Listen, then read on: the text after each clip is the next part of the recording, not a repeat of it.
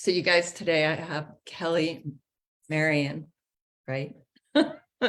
From Green Juju today, sharing her story about Bailey, her dog that was diagnosed with cancer. And so I reached out to Kelley because I think her story is pretty amazing. This is what this group is about, is I like to interview people and see how their approach was, whether it's conventional or non-conventional. I want to educate you guys on what your options are. So Kelley, you're from Spokane. Seattle. Oh my gosh. My sister lives in Spokane, so that's probably right. And you are you a native to the area? I am. Wow. And I know, one of the few now. And you've been in the dog world for a long time. Like before Green Juju, you were actually a dog walker. I was, yeah. I'm going on like 14 years in the pet industry. So that doesn't make sense. 9 years with Green Juju, and then like 6 years with dog walking before that. So you started Green Juju in 2014. Mm-hmm. And tell us about Bailey. Oh, Bailey. I got Bailey when I was 19. I grew up with black labs, and we always had 2 or 3 at a time, and it was just a part of our life. And I went to college and I didn't have a dog for a couple of years, and it was just this huge void in my life. And I dropped out of the living situation I was in to get a house of my own so that I could get a puppy. So what was my dog moved to Texas with my dad, and the deal was I would get the dog back when I had somewhere to live. And he just couldn't part with her. So he was like, I can't, but I'll get you a puppy. And puppy. And so I met Bailey when she was 2 weeks old, and I went to visit her like once or twice a week until I got to bring her home. And we were just like so young and naive, and we just, I don't know, went to dog parks, walked around the lake, like the Green Lake by our house all the time. And so many decisions in my life have been based on her. I've never traveled because when I was younger, I couldn't, like, I tried to go to Hawaii once and I left her with my friends, and we were like, I don't know, 21 at the time, and she ended up at the neighbor's house. Like, it was just, I was too young to like pay for a boarding place, and my friends weren't responsible. And so I just never traveled. So it was just me and Bailey all the time. She kind of chose my boyfriends. She chose where we lived. She chose ultimately my job. I was working in the corporate world doing marketing stuff, and in Seattle, it's dark most of the year. And so I would leave in the morning when it was dark and get home, and it would be dark at night. And I had this just crazy yellow lab just bouncing off the walls of my condo. And I was like, gosh, wouldn't it be nice to come home to like a nice, mellow dog that I could just cuddle with and like enjoy? And so then for some reason, I thought I had this revolutionary idea of picking up people's dogs and taking them to a dog park and running them all day, not knowing it's obviously a well-established business.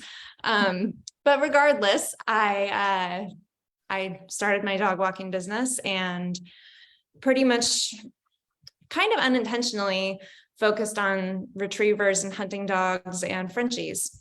And so that was my pack. And we did that for a long time, and it was a lot of fun. Got a lot of miles in, a lot of swimming at the dog park. And then when Bailey was diagnosed with cancer in 2013, that's when things took a shift, and our cancer journey kind of started. Now, how old was Bailey when she got diagnosed? She was 9. And did you notice anything? Like, was there red flags, or did you just go in for a regular routine checkup? So hindsight's always 20/20, right? And like I said, I was very young when I got her, and I thought for years, like when she was like 3 or 4, she started having a lot of allergies, a lot of digestion issues. And I just thought, oh, she's an itchy dog. And so, we filtered through all the different novel protein kibbles, and like, I just thought this is what it is. And the vet never really raised any red flags about it. And so I didn't think anything of it. But looking back, I can see a long history of inflammation, and, through the allergies, through environmental things, what I was feeding her, just lifestyle things we were doing, that I think all led to ultimately this cancer diagnosis. So acutely what I saw was, I remember we were at our cabin one day, and I think we had a kiddie pool out, and the French bulldog was in the kiddie pool, and she had a ball and was like running around the kiddie pool. And I noticed her ankle was really big. And I was like, oh, that's weird. And then we were living on a boat at the time. This is all before kids. We were living on a boat at the time, and we were getting off the boat, like walking down the ramp to get onto the dock. And she just hopped funny off of the ramp onto the dock and was kind of like limping a little bit. And I was like, oh, she must have just, jumped off funny. Tweaked herself or something. Yeah. And so we ended up not going to the park and just hanging around. But then it didn't, like, that's when I really noticed, like, okay, there's a big lump here, and like, she's not comfortable.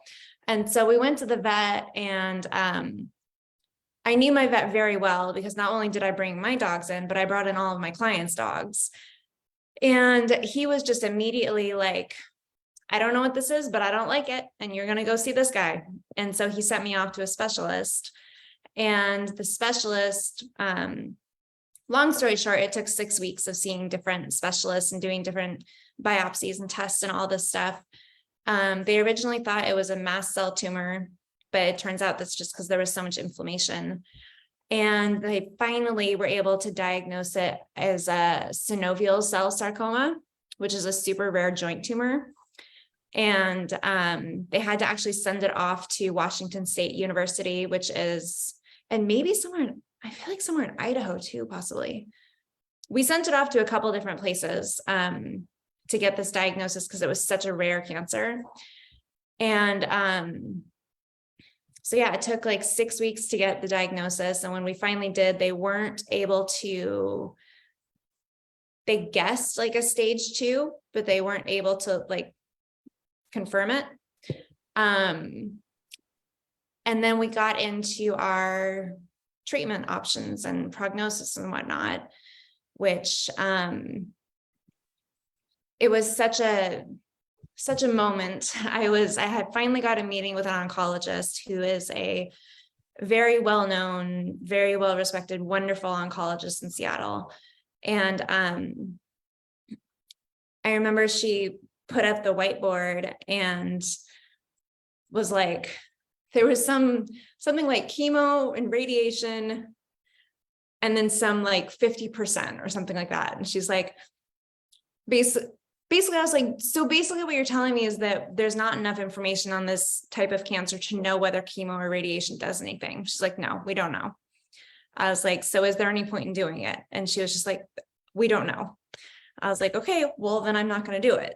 And so without chemo or radiation, the prognosis was 3 to 7 months, and which was terrifying, because, I had this dog since I was a kid, and I was extremely attached to her. Like she was more a part of myself than like myself. And, so that was really scary to hear. But then the more I kind of dug into it and learned about that particular type of cancer, it's really locally aggressive, but slow to spread, which basically meant that she was unlikely to have it metastasize into her lungs or other organs or anything like that anytime too soon.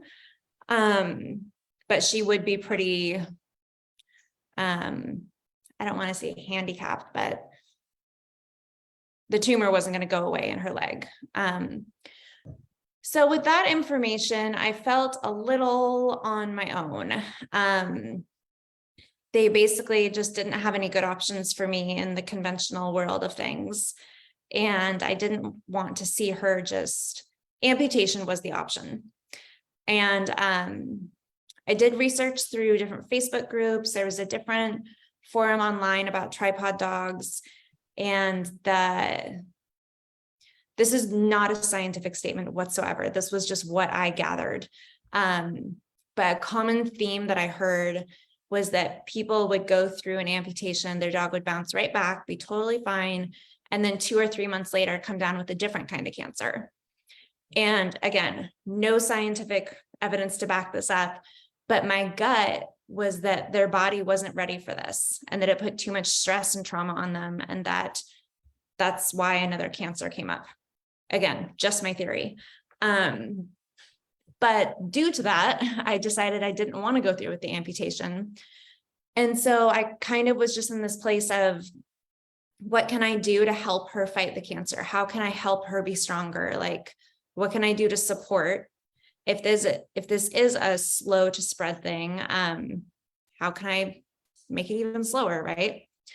And so that's how I got ultimately into green Juju. But the steps that kind of led me, well, I guess there was 2 parallel things.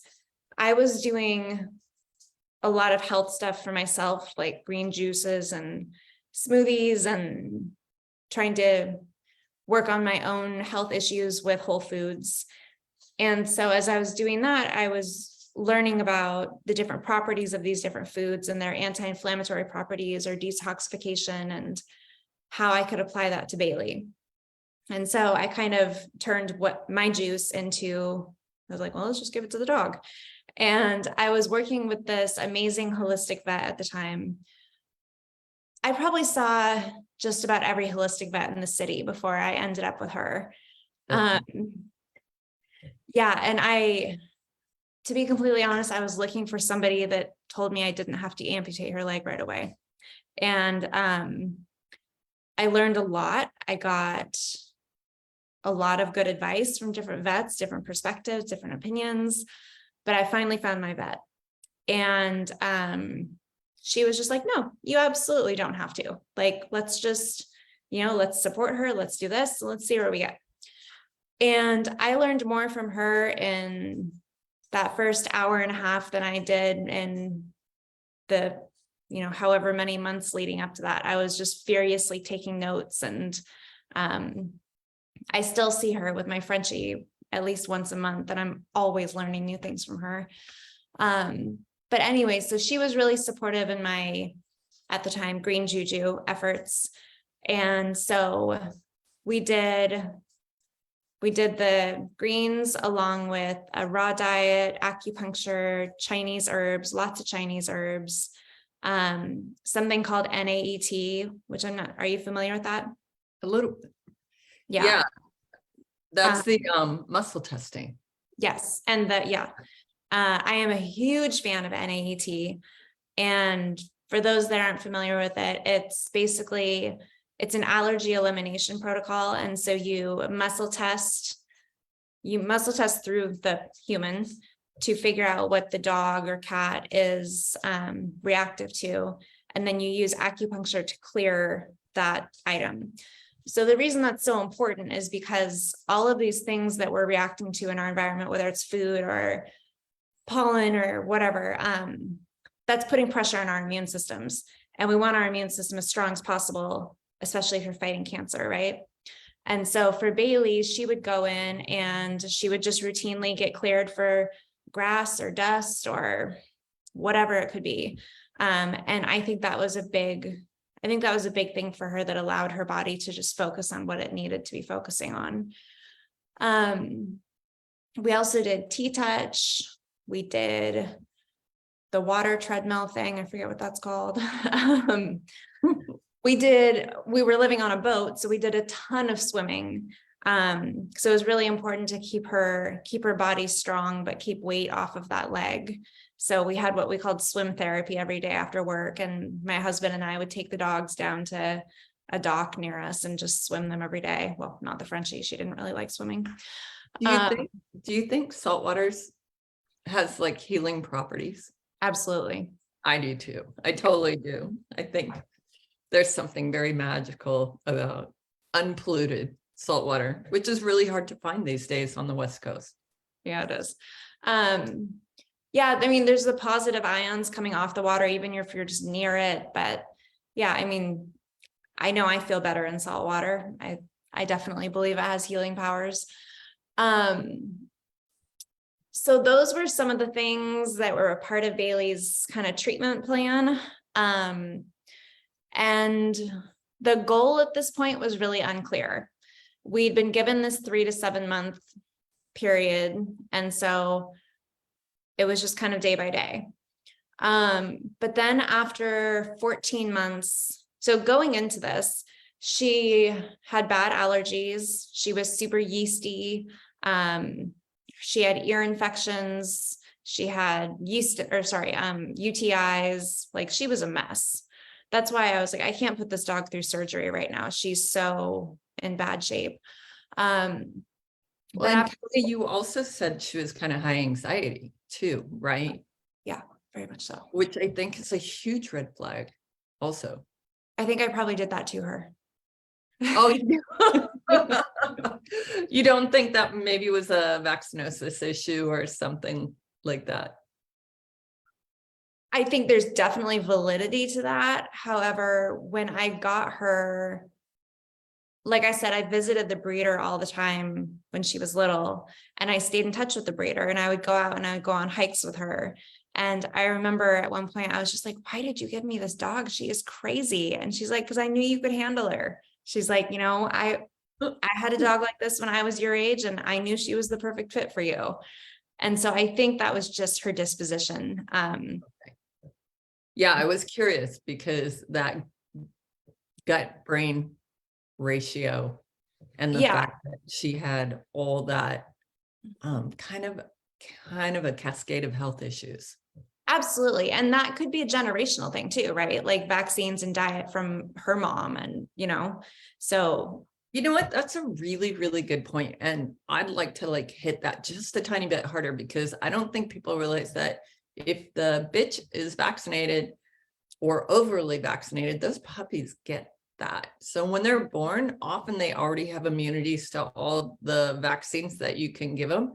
Like, I actually recommend people titering their puppies prior to puppy shots, because there's the vaccine thing, and there's also just the microbiome of what their diet has been. Like, it's all passed down. Yeah. And we know so much more now. It's crazy. Yeah. From 2013 to 10 years, 2023, like the exponential growth in our awareness of what causes this. Yeah. I got her in 2004, I think. I'm pretty sure there was a meth lab on the property. Like, it was. That's a problem. That's a problem. It's a red flag. So anyways, yes. Where were we going with that?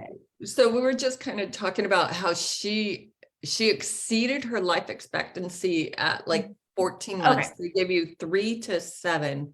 You had to hit 14, and then what? And so we got, when she did all the diet changes and everything, she went through a serious detox process. She smelled absolutely awful. She was gunky and gross, and I thought, she's dying on me.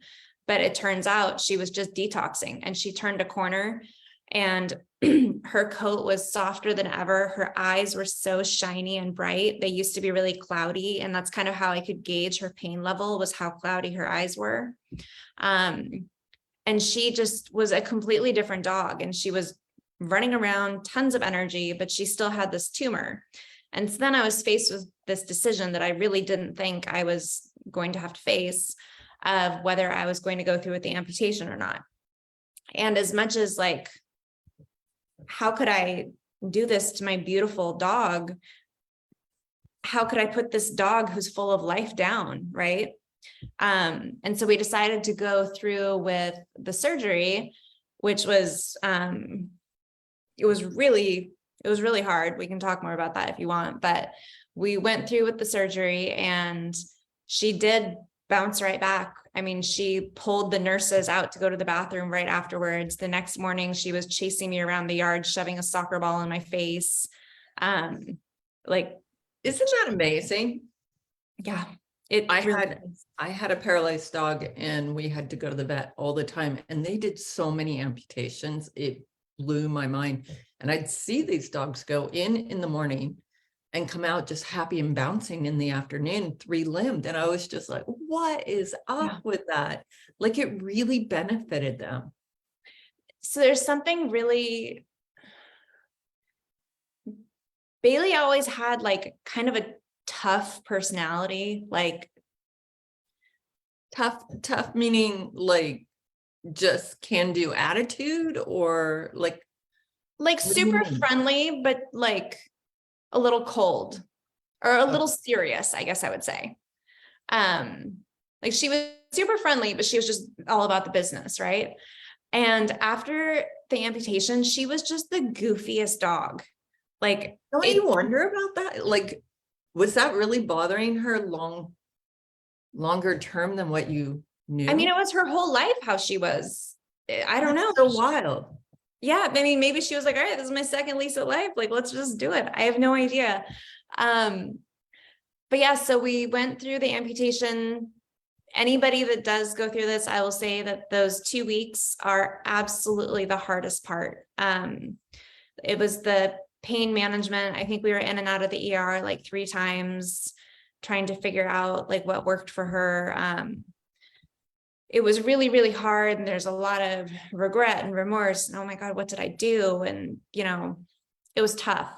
But I remember they told us that she couldn't run for 2 weeks. And on the 2-week day, it was actually New Year's Day. And we were up on an island that we go to a lot. And there's a big, beautiful, beautiful dog park on this farm. And it's up on this hill that overlooks the water. And I just took her off leash and she just ran, and she just, like, it was the most beautiful thing. So it was the right call for sure. We continued with the diet, and then our kind of maintenance plan for the rest of her life was just to stay really, really diligent about her acupuncture and her chiropractic, because being a tripod is really, really hard on the body.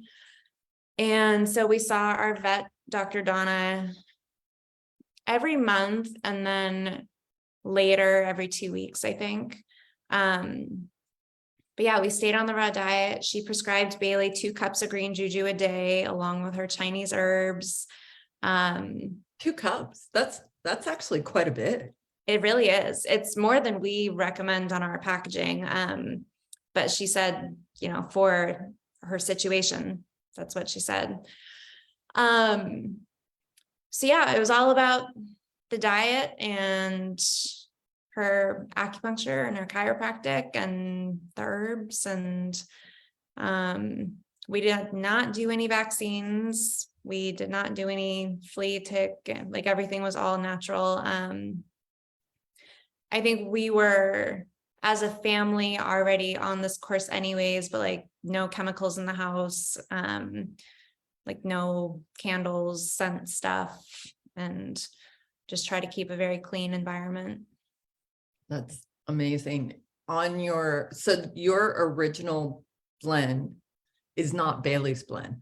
No, it's not actually. So that actually hung me up at the Christmas Pet Expo, the Xmas Pet Expo. That was one of the questions. I was like, I think I know that, and I was so wrong. Yeah. So what was your mix for Bailey? So it's the Just Greens blend. So it's all organic. It's kale and dandelion greens and parsley and celery and zucchini and bison bone broth and coconut oil and lemon, ginger, turmeric. So you just sat in your house just trying stuff. Is that what happened? I mean, sort of. Yeah, I guess so. It did evolve a little bit. I knew I wanted dandelion greens because they are very detoxifying. They're also good prebiotics. They help probiotics. They're like food for probiotics. Kale, you know, is a great combination of antioxidants and anti-inflammatory properties. Parsley has, I mean, each ingredient has its own benefits. For a while, I was making bone broth separately and doing the greens separately. And then I was like, oh, let's just throw it all together. Just made it easier. And then when I started doing it more often, it came down to like you know, when you're making a smoothie for yourself, it's like, how much liquid do you get in to put the right consistency? That's kind of where the like recipe of it came down to is, you know, how many juicy versus how many leafy versus how much liquid do I need to get the consistency that I want. And the palatability, was she ever like, no, too much kale, mom? Anything like that? No, it's funny. So like I said, I was kind of going through not similar health stuff, but I was going through health stuff of my own, like maybe a year before.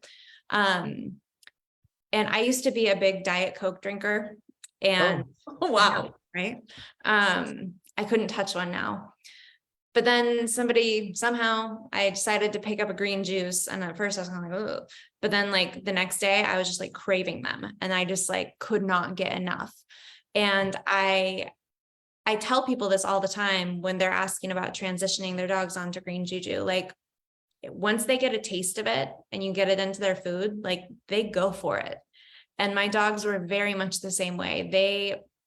They were never the kind of the dogs that you could give like an apple or a carrot or something to as like a snack, or like, no, thank you, not interested. But after I started making green Juju, like if I dropped a piece of kale on the floor, they would like run and fight for it. And like we could give them, I mean, we have videos of feeding them just broccoli heads and they just gnaw on it. It's so crazy. Loves broccoli like a dog bone too. And so he just sits at the refrigerator. I'm basically vegan, and so I have so many vegetables, and he just waits like it's meat. And yeah, well, it's just cool. I think it's just like us, once we eat something and we realize, oh, that made me feel good, you know, versus you eat something that makes you feel bad, they realize it makes them feel good and they want more of it. Yeah, I think that's absolutely amazing that through this experience that you created this green drink and ran with it. But how long did Bailey last from diagnosis to She the lived end? for 4.5 years. What? Yeah. Oh my gosh, that's awesome. That's amazing. I bet your vet was blown away. Yeah. Yeah. I mean, my vet she is so magical. Like even towards the end when I was just like, Donna, I don't think she's doing very well. She's like, no, she's doing amazing. She's doing so good. And I'm just like, is she really? And she's like, never tell her she's not doing well. You always tell her she's doing well. I think that's really a good point. Yeah. I actually did a deep dive in 2022 about the power of positive thinking and mind over matter, and it really makes a big difference. Yeah. I actually had a client who was struggling with a pony for 2 years. It was a metabolic pony. And she thought she was going to like have to euthanize it. And I'm like, are you thinking your pony's going to die? And she's like, yes, I've been thinking that for a while. I go, give me 5 days before you euthanize it and start speaking life over your pony. That pony was better in 5 days than it'd been in 2 years. And that was the only thing we did different. That was it.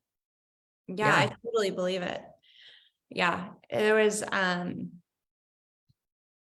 you know, it's funny, like I kept saying, I got Bailey when I was so young and I was so attached to her and I didn't have any family nearby. And it was like, you know, that like early 20s phase of life is like, you're kind of on your own, like, you know, friends, but like probably not a stable partner, and like family's probably not that close. I don't know.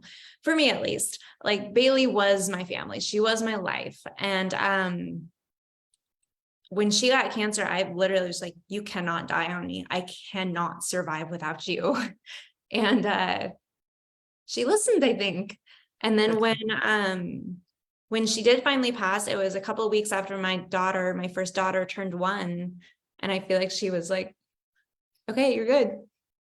So yeah, I wonder about that too, is do they wait for some event, or if you're stable, or, I get to help people at the end of life because I do muscle testing and I have like this prophetic animal ability, and people will call me and ask me to like basically pray for the pet at the end of its life. And sometimes they'll be like, hey, make sure all your family members show up, and there'll be somebody from college that will be flying in that weekend anyway.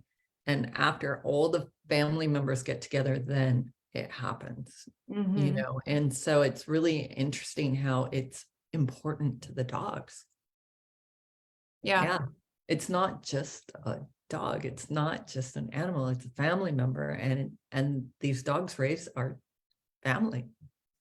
She raised me. Absolutely. I mean, that dog, I would have been in so much trouble if I didn't have to go home and let her out every night. Like when I was in my 20s, I swear, like there so many times I was like, nope, I gotta go home and let the dog out. Like she got me out of so much trouble. Did she pick your husband? Yeah, I think she did. That's amazing. That gives me chills. Yeah, I mean, they definitely bonded right away, but yeah, the husband story is kind of a funny one, but the first time he came over, we had to take her out, and I lived on the dead end of this. I lived in an apartment on the dead end of the street, and there was a park, and it was dark out, and he just took her out and played fetch with her for like half an hour, and I was just like, thank you. So you're like, okay, that's a keeper. Yeah, right. So is there, okay, let's clarify this. When you did the leg removal, how long did she live after that? 3 years and 4 months or something. Do you wish you did that sooner? No. Okay. Yeah, I just was curious because I've seen dogs with big hunking tumors on their legs, and it's a hard decision to make. Yeah, I think we acted pretty quickly as soon as it became an issue.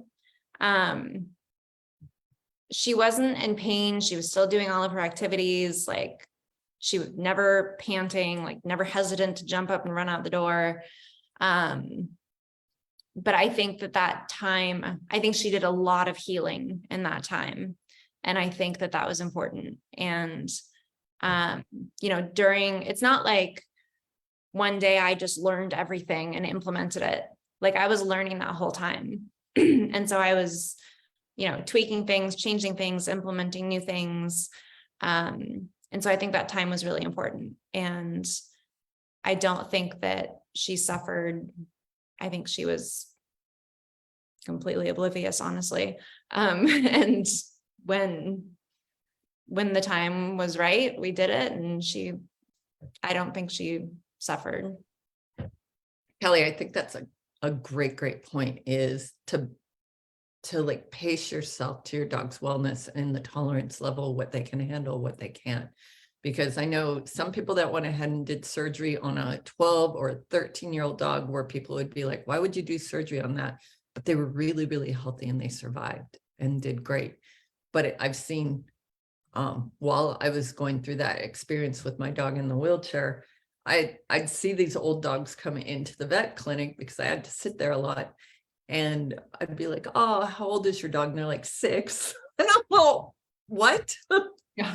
And so on a 6-year-old that's not looking so good, that's already getting sugar faced, and you're just like, please go help your dog before you make any major decisions.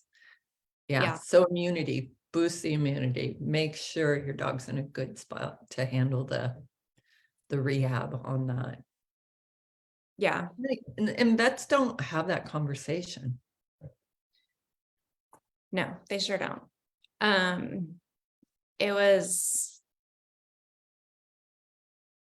the actual like operation was just so transactional. It was like, I mean, I took my daughter to the ER the other night because she had croup, and I feel like we got more information there than I did when I took my dog in. Like it was, yeah, I'm not to say that they did a bad job or anything. I think it's just, they do so many of them. It's just, here you go, you know? Right. Yeah, I didn't feel like there was a whole lot of supportive care around it. Yeah, it's pretty much in and out in a matter of hours. Yeah. Yeah. Amazing. And I also think that if you don't know the right questions to ask, they're not going to tell you. So you as the pet owner has to come up with the right questions for the right answers. Like, what's the rehab? What am I getting into? What's, when I did my dog's spinal cord surgery, I had no idea what the aftercare was going to look like. I just was so wrapped up in that moment of my dog being paralyzed that I didn't ask the right questions, and I was kind of in over my head. And the other question I wish I asked was, what's the worst case scenario? Like, what could go wrong here? Yeah. Yeah, I think that the aftercare was a big thing that I was in the dark about, and a Facebook group was super, super helpful. Like I've had 2 babies, and I have to say that Facebook group was like more supportive than any type of like child thing I've done. But those 2 weeks were so hard, and she reacted really poorly to like most normal pain medications. I think it was like any opioids she did really poorly on. So we had to do some alternative stuff, and figuring that out was really hard, but everybody said just get past the 2 weeks and they turn a corner, and like on that 2-week day she did. That's amazing. Did you continue doing the herbs, and did you stick to the same protocol through the whole thing, or did you get like pulse it, go off and on and try new things?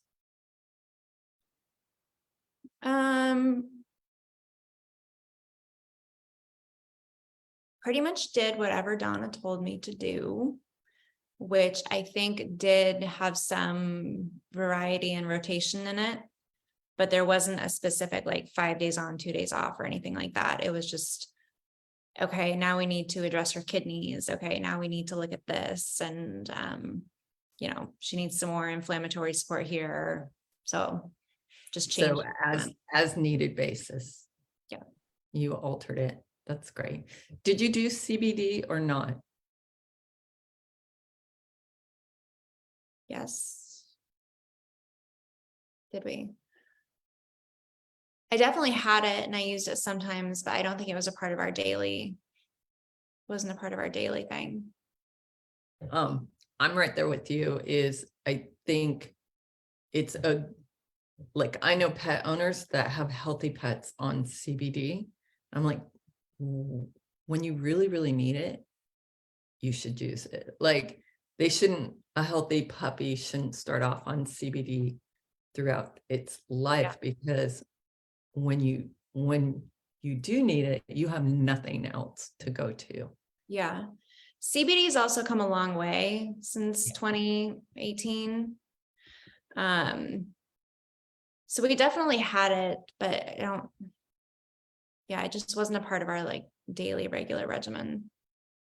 Yeah, there's so much science behind CBD and cancer, but there's so many different types of cancers, and your cancer was so rare. I'm sure there was, like you said, in 2018, which wasn't that long ago.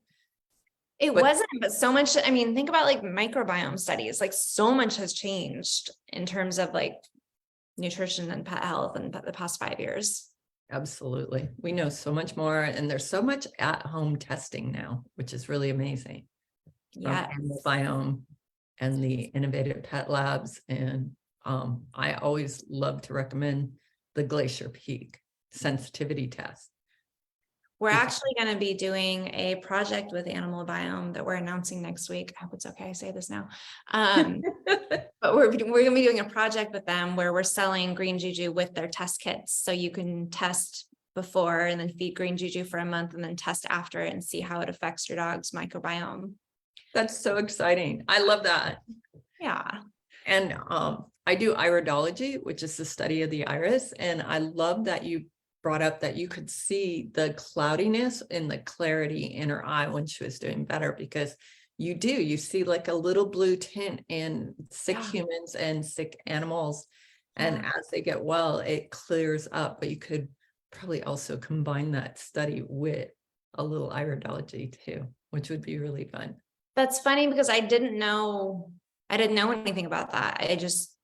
I felt there had to be some connection because she looked sick and her eyes look bad. Then she seemed better and they look better. But that's interesting to know that is really a thing. It is. It's really, and it's a cool thing. Like it's something very user-friendly at home for the pet owner.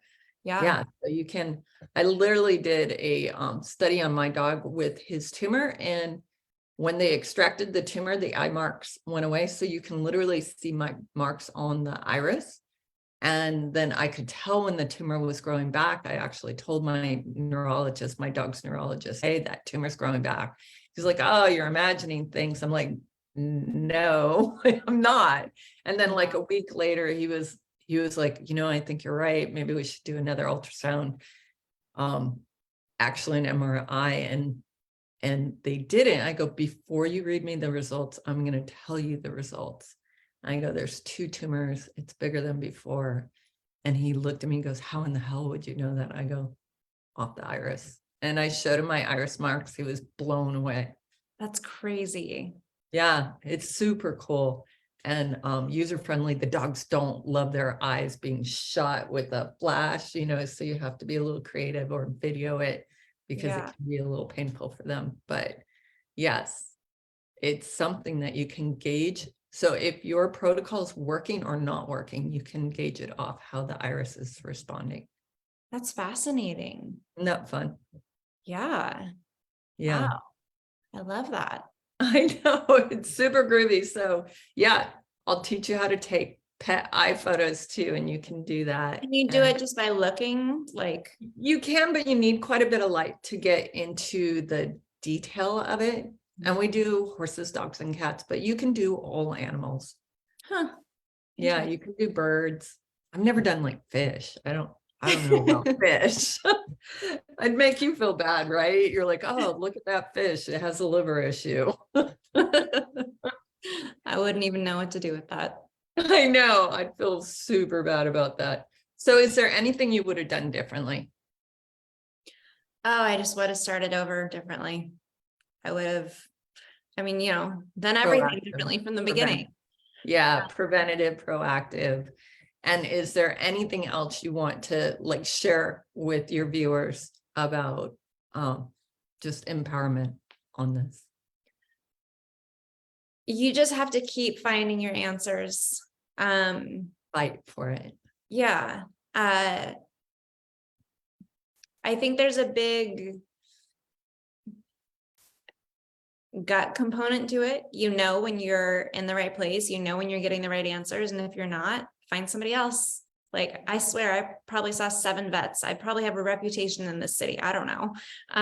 But I just wasn't getting the right answers. And I just knew that I had to keep going. And I just kept meeting different people and learning different things. And I finally ended up with my vet. And I knew the first time I met her that she was my vet. And you really, really have to advocate for them. Kelley, I think that's really important, not to be a victim to your vet. Is find another vet. If you don't jive with that vet, if your vet does not understand you, if you're being shamed, like medical gaslighting from your veterinarian, find somebody else. There's somebody else out there that's going to be a better fit. Yeah. And even, in my situation, had I gotten the diagnosis that I got, and the conventional vet who, saw her first, I did really like him. Like, it's not a personal thing. It's just, I always think it's good to get different perspectives.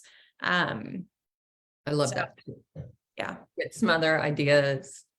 And the fact that you kind of experimented on your own. Like, I feel like I definitely did the same with my dog. I made him a promise. I was going to like turn every stone over that I could try that was accessible to me.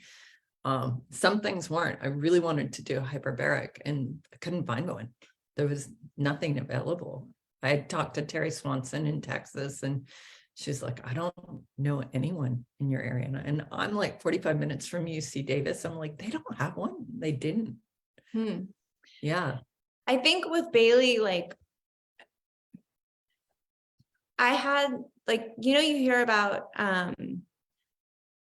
moms with their children can like lift up a car to like save them or something. Like, I had some crazy connection with Bailey that I was just so determined. Like, I'm not an extremely studious person. I'm pretty disorganized. Like, I'm ADD. Like, I'm all over. That's why I hired Billy. Oh, Billy and I are pretty much the same in that way. Well, I it's know. working. It's totally working out. No, it's totally working. It's great. But like, no, he's very, very organized in some ways. We balance each other out well. But I hyper focused on this and I just made this my absolute mission. And I was not taking no for an answer. And my husband has said so many times since, like, whenever I've come up against something, he's like, look, you fixed your dog, you can do this. Like, it's always been his example of like, if you can do this with your dog, like, why can't you do it over here? I'm like, okay. Yeah, So. you beat the odds. That's beautiful. And we have a couple people from the membership. You guys, Aaron or Ohio, do you guys want to ask Kelley anything? And anybody in the Facebook chat, if you guys have any questions. Maureen says she loves the iridology. She's a iridology student. So it is fun. It's super cool. So Aaron, anything? Anybody else? Any questions? Oh, I'm in the car. I'm just loving listening to the story. Thank you, Aaron. Thank you. For green Juju users, if they are going through an issue, would you recommend the Just Greens or the Bailey's blend? So they're both formulated very similar in the fact that they both have less than 3% net carbs. So they're going to be good for any type of cancer diet or keto diet kind of situation. They both have the same anti-inflammatory. Basically what I did was when I made the Just Greens, I made the Bailey's blend to have similar ingredient in each. So you have like the detoxifying one in Just Greens as the dandelion greens, then you have cilantro and Bailey's blend. You have a cruciferous for kale and Just Greens, and then you have the broccoli and Bailey's blend. So they have really similar ingredients, just with different nutrients. So the ideal situation would be to rotate between the two, so you're getting more nutrients. But the Just Greens blend has bison bone broth and the Bailey's blend has turkey bone broth. So if a dog has a protein sensitivity, then they have options. Where do you get bison bone? I have a source and I buy a lot of them. That's got to be so hard. I'm always trying to find, my dog's sensitive to beef and chicken and turkey. And so he lives on bison. We actually feed your bison bone broth, but I'm like, where do you get those bones? Because I would love him to have a bone to chew on more often. And there is a couple companies that do have them occasionally, but it's a hard find. Look at the Honest Bison. Look at their website or just email them maybe. They are hard to find until you get into like the 20,000 pound range. And then they're more than happy. Yeah. But up until then, even weigh. Bison are heavy. Bison are heavy, but it takes a lot of bison to get to 20,000. But yeah, it took a while for bison sourcing was difficult until I got to a volume where people are like, all right, you're worth it. We'll stick with you for a while. So, yeah. And so because the Bailey Green Juju was created, and was Bailey still alive when you created Green Juju? Did your vet help you and say, hey, you should like make this for other dogs? So I was working with a canine nutrition specialist who helped me come up with it. Like, I basically said, here's what I have. Can I feed this every day? And she was like, yeah, this looks good. And like helped me just look over it. And that was just intended for Bailey. And then I had a dog walking business at the time, and I was really invested in all of my clients. And, why does this 2-year-old golden retriever have arthritis? And why does this dog always have diarrhea? And why does this dog always have hot spots? And so I started talking to the owners, and they were like, oh, what are you doing for Bailey? I'm like, well, I'm feeding her this green stuff. And so then I started dropping off green Juju when I would pick up people's dogs. So I had kind of like a little mini client base there. And you had a case study. You actually had a field study nationally going on. That's groovy. Yeah. And it was cool because I knew why I was doing it for Bailey, but I had no idea what it would do generally. And people came back and they were like, oh, my dog is shedding less, or my dog has more energy, or their eyes are clearer, or, all these things. And at that point I was still just kind of like, okay, cool. This is my little thing for my dog. But then there was this pet store that was kind of like the dog walker depot, because she had a self-wash and we'd go there on muddy days. And she heard about what I was doing, and she was like, hey, I have a sick dog. I really want to try this. Will you bring me some? And so I brought her some. And then like a week later I checked in. I'm like, hey, so how's your dog doing? Like, what'd you think? And she was like, I gotta tell you the truth. I don't have a dog. I have chickens, but I really want to sell this. I was like, no, I can't sell this. Like, I don't have a lied label. to you. Yeah. I was like, I don't have a lied to label. you. Like, this isn't ready. I don't even have a logo. She's like, I don't care. Just bring it to me and I'll sell it. And so I started bringing her dozens at a time, and she would just fly through them. And then like more local stores started calling me. And the third store that called me is like a chain in Seattle that now has like 16 stores. And so I was like, okay, I think I'm doing this. And it was a nice transition to be able to hang out with Bailey during the day and not leave her at the dog park, or like not leave her when I went to the dog park. And I sold my dog walking company to one of my employees and moved on with that. But the funny thing about that pet store story is that the sample that I brought in, she actually never took home at all, because Billy, who I was friends with a decade ago, was in the store, saw it in the freezer, and he was like, what is this? I have to have it. And the employees didn't know what it was. And they're like, I don't know, you can have it for like $8. And so they sold it to him with no price on it. Oh my God. And so I found out later, I didn't really know him at the time, but I found out that they sold it to Billy, and I was like, how could you sell it to somebody? And so now it's this joke that he was my first customer. That's so beautiful. I mean, the serendipity aspect of that. Yeah. And did you already have it named Green Juju? Like, how'd you get that name? It's perfect. So back, even before I started doing this for Bailey, I was juicing for myself every morning. And anybody who's juiced knows that it's a huge process, and I have not done since having kids. But my husband would always, like on weekend mornings when we'd be heading out to do something, he'd be like, are you done with your Juju yet? Are you done? Like, can we go? Have you made your Juju yet? And he called it that because his nieces and nephews called Juju when they were little. And so it just was kind of like a little family name. And then when it came time to give it to Bailey, I was like, all right, well, I'm going to juice for the dog. And then it just turned into Green Juju. That's awesome. What fun is that? Like all the fun nuances with Billy buying your first blend. And did you have it packaged, or was it just like in Ziploc or something? It was like, I actually literally took the clamshell containers from Whole Foods. Yeah, that's what I was wondering. Yeah, that was it. And no label, no nothing. I think I printed out like a craft paper label on like those Avery labels on your computer printer, and then I put like a waterproof seal thing on it, and then I stuck them on there. That's so cool. That's just amazing. It gives me chills. All right, you guys, any other questions, any other comments before we call it a day? Kelley, any parting thoughts?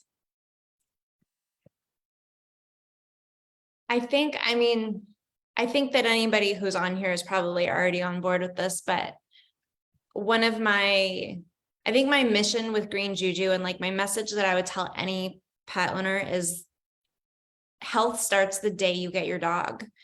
Like, I know so many people that feed their dog just whatever because they are fine with it. And dogs are scavengers. They'll be fine with anything for a long time. But by the time they hit 4 or 5, like, things start breaking down, and it's really hard to undo that. And so I just recommend to do a lot of research on all the things, the food, the vaccines, the flea and tick, the environment, like do your research and be proactive. Because once you get a diagnosis, it's no matter what it is, you're undoing something. And it's so much better to just be proactive and enjoy. Yeah, dogs' lives are so short anyway. It goes by so fast. Yeah. So do it now. Don't put it off. Yeah, for sure. I mean, my Frenchie will be, as we said, 13 in a couple days, and who knows, Frenchies can go fast. So knock on wood, I don't know. But I've been doing acupuncture and chiropractic and raw and Chinese herbs with her for 8 years now. And I really think it's made a big difference. And I mean, she looks like she's 6. She can go on 4 or 5 mile walks with me. Like you would never guess that she's her age. And I think it has a lot to do with the proactive care we've done. I was actually wondering, like, I saw your pictures of Bailey that you sent me, and I was like, is that the same dog, on your Frenchie? And because your Frenchie does look pretty young. And so I was like trying to do the math on that. I was like, how young is that Frenchie, or how old is that Frenchie? Oh my gosh. That looks pretty good. I'm going to highlight you on that so everybody can see how adorable your dog is. And what's your Frenchie's name? Bambi. Bambi. It's beautiful. Your face. Your face. Yeah, she's doing pretty good for her age. Well, hopefully she'll hit that 30 like that other dog. It's honestly more than age, it's quality of life, like she's happy, she has no ailments, she's can go on long beach walks with me. Like Bailey lived to be 13 and a half, but it was a rough last year and a half probably. So I'm just so grateful that she's this age and just cruising. Yeah, and the benefit of a smaller dog. Well, I mean, Frenchies do not have genetics on their side. So I don't know how much bulldogs are bulldogs. Bulldogs are often a hot mess, right? Yeah, for sure. You have to have a trust fund for a bulldog. Yeah, pet insurance for sure. But she's been great. I mean, I think she has terrible genetics. I really think it's just food and proactive stuff. Acupuncture, herbs, like you're working it. You're doing what you need to do, especially when you own a bully breed. Yeah, she has her own supplement box. Like when I feed her every night, there's like 8 things that go in her bowl. That's like my bulldog. I have his stuff on the left, my stuff on the right. Yeah. You have a bulldog too? Sometimes we mix them. What kind of bulldog do you have? I have an English bulldog right now, and he was a Facebook giveaway. Okay. So yeah, everybody had tagged me on it because he looked so much like my American bulldog, and he was already 3 coming 4 and had hip arthritis and was blind in one eye, and like kind of a hot mess from the moment I got him. I didn't want him. Actually, I'm going to be real with you. Everybody tagged me on the Facebook post. You got to see this dog. I called the person that owned him. She was only 18. I was like, I got to be in your area. I'll drive by and see him. And it got later and later. I got really detained from my work and finally called her and said, hey, look, it's like 10 o'clock at night. This is too late for you. And she's like, no, it's not. Come on over. And I'm all, seriously? And so he had started attacking the other dogs in the household. And that's why she wanted to give him away. It was too much stress in the household. They only had him living in one room of the house. And I was like, do you know he's blind in one eye? And she's like, he is? Do you know what? He's blind in one eye. Like he couldn't see in one eye. And I was like, well, he's probably attacking dogs because he doesn't see them on one side. And she goes, well, the vet did say he needed eye surgery. And we decided not to because he looked fine. I was like, put the dog in the car. I'll see you later. Oh gosh. So that's actually how I got my dog, as I got mad. And I wasn't going to take him. And then I just got pissed. I was like, put the dog in the car. I'll see you later. I don't know if I'm going to keep him or not, but I'm taking him now. And that was it. And And we're you friends. can't be a bully. Yeah, we're friends. And I knew what I was getting myself into. And I honestly thought I was going to foster him and rehome him. And I was like, he's all mine. Foster Yeah. fail. A total foster fail. All right. Thank you for your time today, Kelley. Yeah, thanks This so was- much for having me. Oh, it's such a pleasure. And I think it will totally bless other pet owners to know your journey, to know your process, to understand your mindset, and that you're a winner. I mean, you are a victorious person on this, and that is what we want. Thank Well, you. thank you. If they want to reach out, like I have people ask me specifics about this journey a lot, and I'm happy to answer questions if anybody wants to reach out. Okay, so just go to the Green Juju website and email you, or? Yeah, it works. Okay, sounds good. And I'll put the link in the live stream. Okay, cool. Thank Thank you. you, Kelley. Have a great night. You too. Bye. Bye.